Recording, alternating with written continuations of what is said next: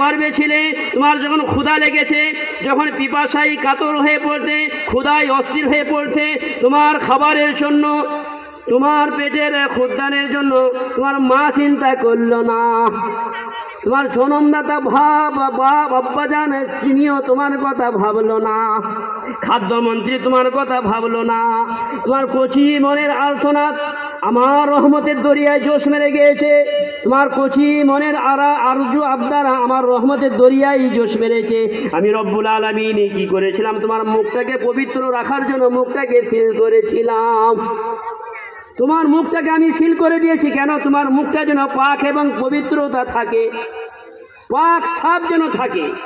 আর তোমার মুখটা সিল করেছি তোমার নাভির সাথে, তোমার মায়ের কানেকশানে, নাভির সাথে কানেকশানে করে দিয়ে আমি রব্বুল আলামিনে তোমার মায়ের গর্ভে তোমাকে খানা খাইয়েছিলাম, যেটা তোমার বাবা চিন্তা করলো না, তোমার মা ভাবলো না, এবং খাদ্যমন্ত্রী, তোমার দেশের খাদ্যমন্ত্রী তোমার কথা ভাবলো না।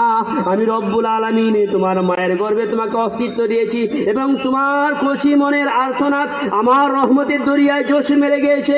তোমার মায়ের সাথে কানেক্ট করে তোমাকে মায়ের গর্ভে তোমাকে খানা খাইয়েছিলাম।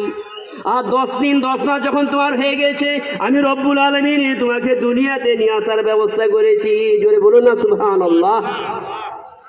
10 দিন 10 মাস যখন হয়ে গেছে, আমার মা আমাকে তখন প্রসব করে দিয়েছে দুনিয়াতে।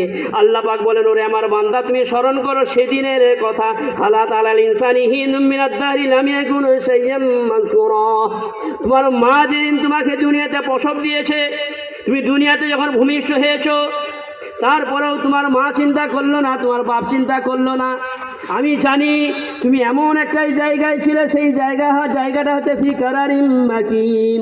এমন একটা জায়গায়, এমন একটা পরিবেশে ছিলে, যে জায়গায় না কোনো দূষিত আবহাওয়া ছিল, না কোনো রোগ জীবাণু ছিল, না কোনো ঘাম ছিল, না কোনো সেখানে বালু কণা তোমার কাছ পর্যন্ত পৌঁছে গিয়েছে। এমন একটা পবিত্র জায়গায়, এমন একটা ভালো জায়গায় মধ্যে ছিলে, আর সেই জায়গা থেকে তুমি দূষিত জায়গায় এসেছো। এই দূষিত জায়গায় আসার পরে এইখানে তোমার রোগ জীবাণু বিভিন্ন রকম তোমাকে সমস্যার সম্মুখীন হতে হবে। এই জন্য আমি রব্বুল আলামিন, তোমার মায়ের একটা কানেকশন ছিল, খাবার লাইন একটা ছিল, সে